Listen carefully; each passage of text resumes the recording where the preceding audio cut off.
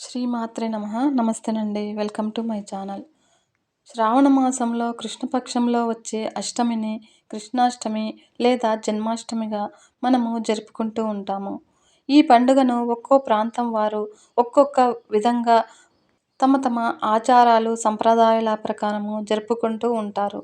అయితే ఈ రోజున ఆ బాలకృష్ణుని లీలల గురించి, ఆయన జన్మ వృత్తాంతం గురించి ఇప్పుడు మనం తెలుసుకుందాము. ముందుగా మన ఛానల్ని ఫస్ట్ టైం చూస్తున్నట్లయితే ఒక లైక్ ఇవ్వండి ఫ్రెండ్స్. మీరిచ్చే లైక్ వల్ల నాకు ఎంతో యూస్ఫుల్గా ఉంటుంది. మరియు మన ఛానల్లో వచ్చే వీడియోస్ మీకు నోటిఫికేషన్గా రావాలి అంటే మన ఛానల్ని సబ్స్క్రైబ్ చేసుకోవడం మాత్రం మర్చిపోకండి. ఈ బాలకృష్ణుని లీలలను, ఆయన జన్మ వృత్తాంతాన్ని చెప్పడము నా జన్మ అదృష్టంగా భావిస్తున్నాను. మీరు కూడా భక్తి శ్రద్ధలతో ఆ బాలకృష్ణుని లీలల గురించి వినండి. శ్రీకృష్ణుడు హిందూ మతంలో అర్చింపబడే ఒక దేవుడు. యాదవ కులంనకు చెందినవాడు. విష్ణువు 10 అవతారాలలో 8వ అవతారము. హిందూ పురాణాలలోనూ, తాత్విక గ్రంథాలలోనూ, జనబాహుళ్యంలోని గాథలలోనూ, సాహిత్యంలోనూ, ఆచార పూజా సంప్రదాయాలలోనూ కృష్ణుని అనేక విధాలుగా భాసిస్తుంటారు, చిత్రీకరిస్తూ ఉంటాడు.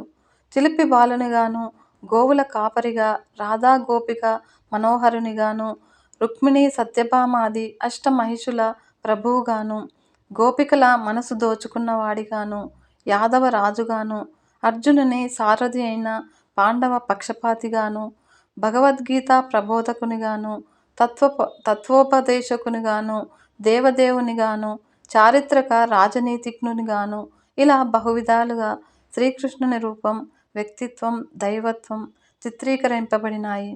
మహాభారతం, హరివంశం, భాగవతం, విష్ణు పురాణం ఈ గ్రంథాలు కృష్ణుని జీవితాన్ని, తత్వాన్ని తెలుసుకోవడానికి హిందువులకు ఒక ముఖ్యమైన ధార్మిక గ్రంథాలు. హిందూ మతంలో ప్రత్యేకించి వైష్ణవులలో కృష్ణుని పూజ దేశమంతటా చాలా ముఖ్యమైనది. మధురలో బాలకృష్ణునిగాను, పూరిలో జగన్నాథునిగాను, మహారాష్ట్రలో విఠోబాగా, రాజస్థాన్లో శ్రీనాథ్జీగా, తిరుమలలో వెంకటేశ్వరునిగా, ఉడిపిలో కృష్ణునిగా, గురువాయూరులో గురువాయూరప్పగా కృష్ణుని పూజిస్తారు. ఇంతే కాకుండా విష్ణువు ఆలయాన్ని కృష్ణుని ఆలయాలే అనవచ్చు. ఇందుకు అనుగుణంగా దేశంలో వివిధ ప్రాంతాలలోనూ, వర్గాలలోనూ అనేక సంప్రదాయాలు నెలకొన్నాయి. వీటిలో ప్రధానమైన భావం శ్రీ మహావిష్ణువు తన సృష్టిలోని జీవులకు బాధలు హెచ్చినప్పుడు, లోకంలో పాపం హద్దుమీరినప్పుడు దుష్టులను శిక్షించి శిష్టులను రక్షించడం కోసం జీవుల రూపంలో అవతరించి దుష్ట శిక్షణ, శిష్ట రక్షణ చేస్తూ ఉంటాడు. ఈ విధంగా అవతరించడాన్ని లీలావతారం అని అంటారు. ఇలాంటి లీలావతారాలు భాగవతం ప్రకారం భగవంతునికి 22 ఉన్నాయి. శ్రీ మహావిష్ణువు లీలావతారాలలో 20వ అవతారము శ్రీకృష్ణావతారము. ఈ లీలావతారాలు 22లోనూ ముఖ్యమైనవి 10 ఉన్నాయి. ఈ 10టిని దశావతారాలు అని అంటారు. దశావతారాలలో శ్రీకృష్ణావతారం కొన్ని చోట్ల చెప్పబడుతుంది. కొన్ని చోట్ల యుగాలలో రెండవదైన త్రేతాయుగంలో శ్రీరాముని లోక కళ్యాణానికి కారకునిగా, రావణాది రాక్షస శిక్షకుడిగా కీర్తింపబడుతున్నాడు. నారాయణుడు ఆ తర్వాతదైన ద్వాపరయుగంలో శ్రీకృష్ణుడుగా అవతరించాడు. శ్రీకృష్ణుడు నారాయణుడి అవతారాల్లో పరిపూర్ణావతారంగా కొలవబడుతున్నాడు. గీతోపదేశం ద్వారా అర్జునుడికి సత్య సందర్శనం చేసి కురుక్షేత్ర సంగ్రామాన్ని ముందుకు నడిపించాడు. ఆ విధంగా భగవద్గీతను లోకానికి ఉపదేశించి శ్రీకృష్ణుడు జగద్గురువయ్యాడు. కృష్ణ అనగా నల్లని అని అర్థము. కృష్ణుడు నల్లని రంగు కలవాడని ఐతిహ్యం. ఇంకా ఈ పేరుకు అనేక వివరణలున్నాయి. మహాభారతం ఉద్యోగ పర్వం ప్రకారము కృష్ అనగా దున్నుట. నాగలి మొక నల్లగా ఉంటుంది కనుక ఈ పేరు వచ్చింది. భూమిని దున్ని సస్యశ్యామలం చేసేవాడు కృష్ణుడు.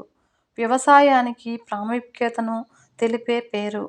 వల్లభ సంప్రదాయం, బ్రహ్మ సంబంధం మంత్రం ప్రకారము పాపాలను నాశనం చేసే మంత్రం కృష్ణ. చైతన్య చరితామృతంలో చెప్పిన అర్థం ప్రకారం మహాభారత వాక్యము ఆకర్షించేవాడు కృష్ణుడు. భాగవతం ఆత్మారామ శ్లోకంలో కూడా ఈ భావం చెప్పబడింది.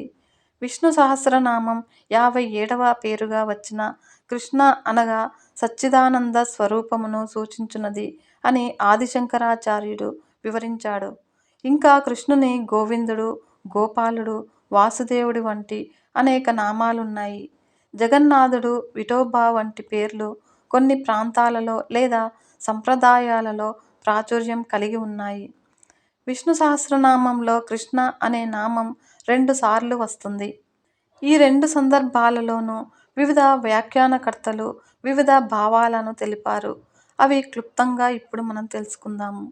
సృష్ట్యాది లీలా విలాసముల ద్వారా సచ్చిదానంద క్రీడలో వినోదించువాడు, నల్లని వర్ణం కలవాడు, నీలమేఘ శ్యాముడు, తన అనంత కళ్యాణ గుణములతో భక్తులను ఆకర్షించువాడు, నాగలి వలె భూమిని దున్ని జీవ సమృద్ధి కలిగించువాడు, కృష్ణ ద్వైపాయనుడుగా వేదవ్యాసుడు, వేదవ్యాసుని వేదములను విభజించి భక్తులకు మనోవ్యవసాయము కలిగించి జ్ఞానమును పండించువాడు, కానరాని తెలియరాని అందజాలని వాడు, సంపూర్ణ భక్తికి మాత్రమే లభ్యమయ్యేవాడు. అనేక దేవాలయాల విగ్రహాలలోనూ, ఇతర శిల్పాలలోనూ, చిత్రాలలోనూ, ప్రార్థనలోనూ, కావ్యాలలోనూ, సాహిత్యంలోనూ, పురాణాలలోనూ కృష్ణుని రూప స్వభావాల చిత్రీకరణ ఉంది. ఉదాహరణకు కృష్ణాష్టకం అనే ప్రార్థనలో కృష్ణుని వర్ణించిన విధానం దేవకీ వసుదేవుల నందనుడు, కంసచానూర మర్దనుడు, నల్లని మేని కాంతి కలవాడు, నెమలి పించము, వివిధ ఆభరణములు, మందారమాల, పీతాంబరములు, తులసీమాలలు ధరించినవాడు, మెలితిరిగిన ముంగురులు కలవాడు, రుక్మిణీ సత్యభామాది భామలతో విహరించువాడు, గోపికల కుచములను కుంకుమ అంటిన వక్షస్థలము, శ్రీవత్స చిహ్నము గలవాడు, వనమాల, శంఖ చక్రములు ధరించినవాడు. తెలుగునాట పోతన శ్రీమదాంధ్ర భాగవతంలో అత్యంత ప్రాచుర్యం కలిగిన గ్రంథం. ఇందులో శ్రీకృష్ణుని రూప స్వభావ వర్ణన అనేక పద్యాలలో ఉంది. పోతన వాడిన కొన్ని వర్ణనలు నల్లనివాడు, పద్మనయనములవాడు, నవ్వు రాజిల్లే మోము కలవాడు, యదుభూషణుడు, శృంగార రత్నాకరుడు, లోకేశ్వరుడు, నిర్వాణ సందాయకుడు, భక్తవత్సలుడు, గోవిందుడు, పాండవులకు సఖుడు, సారథి, సచివుడు, నెయ్యము, వియ్యము, విభుడు, గురువు, దేవుడు ఇలా లెక్కలేనన్ని వర్ణనలున్నాయి. అన్నమయ్య చెప్పిన కొన్ని వర్ణనలు ముద్దుగారే యశోద ముంగిట ముత్యము, కాళింది పడగలపైన కప్పిన పుష్యరాగము, రతికేలి రుక్మిణికి రంగుమోపి పడగము ఇలా బాలకృష్ణుని గురించి ఎన్నో వర్ణనలు ఉన్నాయి. వివిధ గ్రంథాలలో శ్రీకృష్ణుని జీవిత వృత్తాంతం ఉంది. వాటిలో భాగవతంలో ఉన్న కథాక్రమం ప్రజలకు సుపరిచితమైనది. ఇందులో 9వ స్కందంలో వసుదేవుని వంశక్రమం ఉంది. తరువాత 10వ స్కందము, ఏకాదశ స్కందములలో కృష్ణుని జీవిత వృత్తాంతం ఉంది. సంభాషణలో శ్రీకృష్ణుని అక్కడి నుండి కురుక్షేత్ర సంగ్రామం చివరి వరకు కృష్ణుని కథ పాండవుల కథకు సమాంతరంగా నడుస్తుంది. మహాభారతం చివరిలో కృష్ణుని నిర్యాణం ఉంది. భాగవత కథారంభంలోనే కృష్ణుని నిర్యాణం చెప్పబడింది. వీటి నుండి సంగ్రహించబడిన కృష్ణుని కథ క్రింద మనం తెలుసుకుందాం. లోకంలో అధర్మం ప్రబలినందున భూదేవి, బ్రహ్మదేవుల ప్రార్థన మేరకు భగవంతుడు దేవకీ వసుదేవులకు జన్మించదలిచాడు. మధురా నగరాన్ని యాదవ క్షత్రియ వంశంకి చెందిన సూరసేన మహారాజు పాలిస్తూ ఉండేవాడు. ఆయనకు వసుదేవుడు అనే కుమారుడు ఉండేవాడు. వసుదేవునికి ఉగ్రసేన మహారాజు కుమార్తె దేవకినిచ్చి వివాహం చేస్తారు. చెల్లెలు అంటే ఎంతో ప్రేమ కల కంసుడు ఆమెను అత్తారింటికి పంపించడానికి రథం మీద సాగనంపుతూ ఉంటే అశరీరవాణి దేవకి గర్భంలో పుట్టిన 8వ కుమారుడు కంసుడిని సంహరిస్తాడు అని చెబుతుంది. కంసుడు దేవకిని, వసుదేవుడిని అడ్డు వచ్చిన తన తండ్రి ఉగ్రసేన మహారాజును కూడా చెరసాలలో పెడతాడు. దేవకీదేవి 7వ మారు గర్భం ధరించినప్పుడు విష్ణువు తన మాయతో ఆమె గర్భాన్ని నందనవనంలో నందుడి భార్య రోహిణి గర్భంలో ప్రవేశపెడతాడు. ఈ గర్భం వల్ల రోహిణికి బలరాముడు జన్మిస్తాడు. చెరసాలలో దేవకికి గర్భస్రావం అయిందని అనుకుంటారు. కొన్ని రోజులకు దేవకీదేవి 8వ మారు గర్భం ధరిస్తుంది. లక్ష్మీనాథుడు దేవకి గర్భములో ఉండడం చూసి దేవతలు, యక్ష, కింపురుషులు దేవకీదేవి ఉన్న చెరసాలకు వచ్చి స్తుతిస్తారు. దేవకీ గర్భం నుండి శ్రావణ శుద్ధ అష్టమి తిథి నాడు విష్ణువు శ్రీకృష్ణుడై రోహిణీ నక్షత్ర యుక్తమైనప్పుడు జన్మిస్తాడు. కృష్ణుడు జన్మించాక వసుదేవుడు కృష్ణుడిని పొత్తిళ్లలో పెట్టుకొని చెరసాల బయట నిద్రపోతూ ఉన్న కావలి వాళ్లను తప్పించుకొని యమునా నది వైపు బయలుదేరతాడు. యమునా నది రెండుగా చీలిపోతుంది. నందనవనంలో తన స్నేహితుడైన నందుని ఇంటికి వెళ్ళి యశోద పక్కన ఉన్న శిశువును ప్రదేశంలో శ్రీకృష్ణుడిని విడిచి ఆ శిశువును తీసుకొని తిరిగి చెరసాలకు వస్తాడు. చెరసాలకు చేరిన వెంటనే ఆ శిశువు ఏడుస్తుంది. కంసుడు ఆ శిశువును తీసుకొని చంపడానికి పైకి విసరగా ఆ శిశువు 8 చేతులతో శంఖ, చక్ర, గద, చారంగాలతో ఆకాశంలోకి లేచిపోయి తాను యోగమాయనని, కంసుడిని చంపేవాడు వేరే చోట పెరుగుతున్నాడని చెప్పి మాయం అవుతుంది. దేవకీ వసుదేవులకు అష్టమ సంతానంగా కంసుని చెరలో జన్మించిన శ్రీకృష్ణుడు రేపల్లెలోని యశోదాదేవి ఒడిని చేరి అక్కడే పెరిగాడు. మథురా నగరంలో కంసుని చెరసాలలో జన్మించిన కృష్ణుడు పుట్టగానే తన తండ్రి వసుదేవునిచే రేపల్లెలోని నందుని ఇంట చేరి యశోదాదేవి ముద్దుబిడ్డగా బాల్య జీవితము గడిపాడు. పాలు త్రాగే పాయసంలో తనను చంపటానికి కంసునిచే పంపబడిన పూతనను బుడిబుడు నడకల ప్రాయంలోనే శకటాసురాదులను సంహరించాడు. చిరుప్రాయంలో యశోదకు తన నోటిలో అండపిండ బ్రహ్మాండాదులను చూపి యశోదను ఆనందాశ్చర్యచకితురాలుగా చేశాడు. దోగాడే వయసులో యశోదచే నడుముకి కట్టబడిన రోలుతో 2 మద్ది చెట్లను కూల్చి మద్ది చెట్ల రూపంలో ఉన్న గంధర్వులకు శాప విమోచనం గావించాడు. అన్న బలరామునితో చేరి స్నేహితులతో గోపాలుడయ్యాడు. వేణుగానంలో అసాధారణ ప్రజ్ఞ చూపించి ఆబాల గోపాలాన్ని మంత్రముగ్ధులను గావించాడు. కాళిందీ నదిలో ఉన్న కాళీయుడి తలపై నృత్యము చేసి తాండవ కృష్ణ అయ్యాడు. కాళీయుని మదమణిచి కాళిందిని విడిచి దూరంగా పంపి రేపల్లె వాసుల మన్ననలను పొందాడు. ప్రళయకాలంలో గోవర్ధనగిరిని తన చిటికెన వేలుతో ఎత్తి రేపల్లె వాసులను ఆ గిరి క్రిందకు చేర్చి కాపాడి రేపల్లె వాసుల మనస్సుల్లో భగవంతుడి స్థాయికి ఎదిగాడు. అల్లరి పనులతో అలరించి ఆపత్కాలంలో ఆదుకొని ధైర్య సాహసాల ప్రదర్శనతో రేపల్లెను మురిపించాడు. కృష్ణుని చంపడానికి కంసుడు ఒక వ్యూహం పన్ని ఉద్ధవుని దూతగా పంపి కృష్ణ బలరాములను మధురకు రప్పించాడు. బలరామకృష్ణులు చాణూర ముష్టికులనే మల్లులను తరువాత కంసుని వధించి తమ తాత ఉగ్రసేనుని చెర విడిపించి అతనిని రాజ్యాభిషిక్తుణ్ణి గావించారు. చెరసాలలో ఉన్న తల్లిదండ్రులను వారితో పాటుగా విడిపించి ద్వారకకు చేరుకున్నారు. దేవకీ వసుదేవుల కోరికపై విద్యాభ్యాసానికి సాందీపముని ఆశ్రమము చేరుకొని అక్కడ కుచేలుని చెలిమిని పొందారు. గురుదక్షిణగా అంతకు పూర్వమే మరణించిన గురుపుత్రుని బ్రతికించి తెచ్చి గురువుకి సమర్పించారు. విద్యాధనంతో తన తల్లిదండ్రుల వద్దకు చేరుకున్నారు. దేవకీ వసుదేవులు కృష్ణుని తల్లిదండ్రులు. అన్న బలరాముడు, చెల్లి సుభద్ర.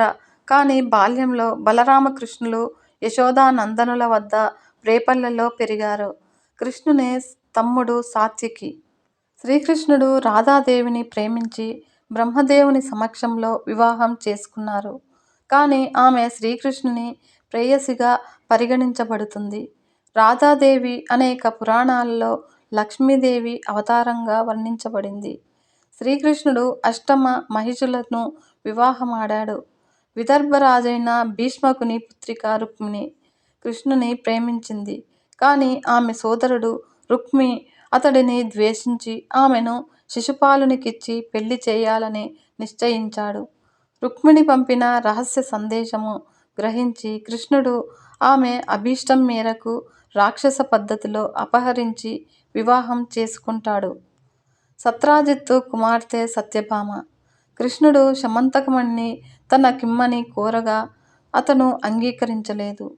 ఒకసారి సత్రాజిత్తు తమ్ముడు ప్రసేనుడు ఆ మణిని ధరించి వేటకు వెళ్ళాడు. అక్కడ ఒక సింహము అతనిని చంపి మణిని హరించింది. జాంబవంతుడు ఆ సింహమును చంపి మణిని తన కుమార్తె జాంబవతికి ఇచ్చాడు. మణి కొరకై ప్రసేనుడిని కృష్ణుడే హతమార్చాడన్న అపవాదును వ్యాపించింది. కృష్ణుడు మణిని అన్వేషిస్తూ పోయి జాంబవంతుని గుహలో ఉన్న మణిని తీసుకున్నాడు. జాంబవంతునికి కృష్ణునికి జరిగిన యుద్ధంలో జాంబవంతుడు పరాజితుడైనాడు. శ్రీకృష్ణుని శ్రీరాముని అవతారంగా గుర్తించిన జాంబవంతుడు మణితో సహా కూతురు జాంబవంతిని అతనికి సమర్పించాడు. మణిని తెచ్చి సత్రాజిత్తుకిచ్చాడు. అప్పుడు సత్రాజిత్తు మణితో పాటు తన కుమార్తె సత్యభామని కృష్ణునికిచ్చి వివాహం చేస్తాడు. కాళింది, భద్ర, నాగ్నజితి, మిత్రవింద, లక్షణ అతని ఇతర భార్యలు. భద్ర శ్రీకృష్ణుని తండ్రియగు వసుదేవుని చెల్లెలైన శృతకీర్తి పుత్రిక. మిత్రవింద కూడా అవంతి రాజపుత్రిక, మేనత్త కూతురు. ఆమెను స్వయంవరంలో వరించి కృష్ణుడు చేపట్టాడు. కోసల దేశాధిపతి నగ్నజిత్తుకు ఏనుగుల వంటి బలం కలిగినవాడు 7 వృషభాలు ఉండేవి. వాటిని నిగ్రహించిన వానికి తన కుమార్తె నాగ్నజితిని ఇచ్చి వివాహం చేస్తానని ప్రకటించాడు. కృష్ణుడు 7 రూపాలు దాల్చి 7 ఎద్దులను బంధించాడు. రాజు పుత్రికనిచ్చి పరిణయం చేశాడు. లక్షణ మద్ర దేశాధిపతి కూతురు. స్వయంవరంలో శ్రీకృష్ణుని వరించింది. ఈ విధంగా కృష్ణుని 8 భార్యలు అష్టమహిషులుగా విలసిల్లారు. సుభద్రను అర్జునునికిచ్చి పెళ్లి చేశారు. వారి కొడుకు అభిమన్యుడు. శ్రీకృష్ణుడికి భార్యలందరితోనూ ఒక్కొక్కరి వల్ల 10 మంది పిల్లలు పుట్టారు. రుక్మిణి వల్ల కృష్ణుడికి ప్రద్యుమ్నుడు, చారుదేష్ణుడు, సుదేష్ణుడు, చారుదేహుడు, సుబారుడు, చారుగుప్తుడు, భద్రాచరుడు, చారుచంద్రుడు, విచారుడు, చారుడు అనే బిడ్డలు కలిగారు. సత్యభామ వల్ల కృష్ణుడికి భానుడు, సుభానుడు, స్వర్భానుడు, ప్రభానుడు, భానుమంతుడు, చంద్రభానుడు, బృహద్భానుడు, అతిభానుడు, శ్రీభానుడు, ప్రతిభానుడు అనే బిడ్డలు కలిగారు. జాంబవతి శ్రీకృష్ణులకు సాంబుడు, మిత్రుడు, పురజిత్తు, శతజిత్తు, సహస్రజిత్తు, విజయుడు, చిత్రకేతుడు, వసుమంతుడు, ద్రవిడుడు, క్రతువు అనే సంతానం కలిగింది. జాంబవతికి కలిగిన ఈ బిడ్డలంటే కృష్ణుడికి ప్రత్యేకమైన ప్రేమ ఉండేది. నాగ్నజితి కృష్ణులకు వీరుడు, చంద్రుడు, అశ్వసేనుడు, చిత్రగుడు, వేగవంతుడు, వృషుడు, లముడు, శంఖుడు, వసుడు, కుంతి అనే పిల్లలు కలిగారు. కృష్ణుడికి కాళింది వల్ల శృతుడు, కవి, వృషుడు, వీరుడు, సుబాహుడు, భద్రుడు, శాంతి, దర్శుడు, పూర్ణమానుడు, శోమకుడు అనే కుమారులు జన్మించారు. చాలామంది అపోహపడుతున్నట్లు శ్రీకృష్ణుడికి 16,000 మంది భార్యలతో శారీరక సంబంధం కలిగి ఉండలేదు. 16,000 గోపికా స్త్రీలను నరకాసురుని బారి నుండి కాపాడి సంఘములో సముచిత స్థానము కల్పించాడు. భర్త అనగా భరించువాడు అను నానుడి ప్రకారము ఒక పురుషుని పంచన చేరి అతని నివాసమునందు నివసించు స్త్రీలకు అతడే భర్తగా నిర్ణయించే అప్పటి కాలమాన స్థితిగతులను బట్టి శ్రీకృష్ణుడికి భార్యలుగా చెప్పబడ్డారు. కానీ పైన చెప్పబడిన అష్టమహిషులతోనే శ్రీకృష్ణునికి సంతానం కలిగినది అని గ్రంథాలు ఉద్ఘాటిస్తున్నాయి. లోకంలో అధర్మం ప్రబలినందున భూదేవి, బ్రహ్మదేవుల ప్రార్థన మేరకు భగవంతుడు దేవకీ వసుదేవులకు జన్మించదలిచాడు. ఒకమారు పారిజాత పుష్పం కారణంగా కృష్ణుడు ఇంద్రునితో పోరి స్వర్గంలోకం నుండి పారిజాతపు చెట్టును తెచ్చి సత్యభామకు ప్రీతి కూర్చాడు. లోకాలను బాధిస్తున్న నరకాసురుని వధించి అతని కొడుకు భగదత్తునికి పట్టం కట్టాడు. నరకునిచే బంధింపబడిన రాజకన్యలను కృష్ణుడు పెళ్లాడి అందరి పట్ల తన మాయా ప్రభావంతో సంసారం నెరపాడు. శ్రీకృష్ణుని అతిశయాన్ని చూసి ఓర్వలేక కాలయవనుడు, జరాసంధుడు, సాల్వుడు వంటి వారు శ్రీకృష్ణునిపై దండెత్తారు. శ్రీకృష్ణుడు వారిని ఓడించి ఇంకా ద్వివిధుడు, దంష్ట్రవక్త్రుడు మొదలైన వారు కూడా కృష్ణుని చేత హతులయ్యారు. మహాభారతంలో మేనత్త కుమారులైన పాండుసుతులతో శ్రీకృష్ణుని అనుబంధం మరువరానిది. పాండవ మధ్యముడైన అర్జునునితో చెలిమి విడదీయరానిది. పాండవుల జీవితంలో జరిగిన ప్రతి సంఘటనలో కృష్ణుని పాత్ర ఉంది. శ్రీకృష్ణుడు సంప్రదించకుండా ధర్మరాజు శకునితో ఆడిన జూదము తప్ప మిగిలినవన్నీ శ్రీకృష్ణుని సలహా సంప్రదింపులతోనే జరిగినవే. కీలకమైన సమస్యలన్నీ కృష్ణుని సహాయంతో తీరినవే. ద్రౌపదిని శ్రీకృష్ణుడు సొంత చెల్లెలి కన్నా మిన్నగా చూసుకున్నాడు. వస్త్రాపహరణ అవమానము నుండి ఆమె శ్రీకృష్ణుని సహాయంతోనే బయటపడింది. పాండవ వనవాస సమయంలో వారికి వచ్చిన అనేక సమస్యలకు కృష్ణుని సలహాతో పరిష్కారం చేసుకున్నారు. వారి రాజ్యం మీదకు అనేక మార్లు దండెత్తిన జరాసంధుని భీముని సాయంతోనే తుదముట్టించి తన రాజ్యానికి శత్రు భయాన్ని తొలగించాడు. ద్వారకా సముద్ర గర్భంలో మునిగిపోతుందని ముందుగానే ఊహించి ద్వారకా వాసులను అప్రమత్తం చేసి వారిని ఆపద నుండి రక్షించాడు. ఇంద్రప్రస్థంలో ధర్మరాజు చేసిన అశ్వమేధ యాగ సమయంలో మేనత్తకి ఇచ్చిన మాటను పాలించి శిశుపాలుని 100 తప్పులను సహించిన తరువాత అతనిని చక్రాయుధంతో వధించాడు. పాండవుల వనవాసం తర్వాత వారి తరపున కురుసభలో రాయబారము చేశాడు. కురుక్షేత్రంలో యుద్ధ సమయంలో అర్జునునికి గీతాబోధ చేసి అతనిని యుద్ధోన్ముఖునికి చేశాడు. అర్జునునికి సారథి అయి యుద్ధం ముగిసే వరకు పాండవులకు రక్షణగా ఉన్నాడు. అశ్వత్థామ అస్త్రం వల్ల ఉత్తర గర్భంలో పిండం కూడా మృత్యువును ఎదుర్కోగా కృష్ణుడు తన చక్రంతో ఆ గర్భస్థ శిశువును రక్షించాడు. ఆ శిశువుడే పరీక్షిత్తుగా జన్మించి పాండవుల అనంతరం రాజ్యానికి అధిపతి అయ్యాడు. మహాభారత యుద్ధానంతరం యాదవకులం కూడా అంతఃకలహాలకి నశిస్తుందని గాంధారి శపించింది. అలాగే యాదవకులంలో కొందరి చిలిపి పనుల కారణంగా పుట్టిన ముసలం అందరి మరణానికి కారణమైంది. బలరాముడు యోగం ద్వారా దేహాన్ని త్యజించాడు. కృష్ణుడు అరణ్యాలకు వెళ్ళాడు. అక్కడ నుండి కృష్ణుడు స్వర్గానికి నేరుగా వెళ్ళాడని వ్యాసుని భారతంలో ఉంది. అయితే ఒక నిషాదుని బాణం వలన కృష్ణుడు గాయపడి దేహాన్ని త్యజించాడని మరికొన్ని పురాణాలలో ఉంది. పురాణాలలో తెలిపిన ప్రకారం శ్రీకృష్ణుని నిర్యాణంతో ద్వాపరయుగం అంతమైంది. కలియుగం ఆరంభమైంది. ఇది క్రీస్తుపూర్వం 3102 ఫిబ్రవరి 17, 18 తేదీలలో జరిగిందని కొన్ని అంచనాలున్నాయి. అయితే ఈ అంచనాలలో పలు అభిప్రాయ భేదాలున్నాయి. రామానుజాచార్యులు వంటి వైష్ణవ గురువులు, గౌడీయ వైష్ణవుల విశ్వాసం ప్రకారము శ్రీకృష్ణుడు జరామరణ రహితుడు. మహాభారతంలో యుద్ధఘట్టం వర్ణనలో కొన్ని చోట్ల శ్రీకృష్ణుడి దేహం గాయపడినట్లు వర్ణించినా గాని మరికొన్ని ఘట్టాలలో అతడు చరాచర విశ్వాత్మకుడని, ఆది మధ్యాంతర రహితుడని, సామాన్యమైన పాంచభౌతిక దేహానికి అతీతుడని గ్రహించాలి. ఇదే విషయాన్ని కృష్ణుడు ఉద్యోగ పర్వంలో చెప్పాలని కూడా చెప్పాడు. తెలుసుకున్నారు కదా ఫ్రెండ్స్ శ్రీకృష్ణుని జన్మ వృత్తాంతం గురించి. ఓం నమో నారాయణాయ. కృష్ణం వందే జగద్గురుం. నమస్తే.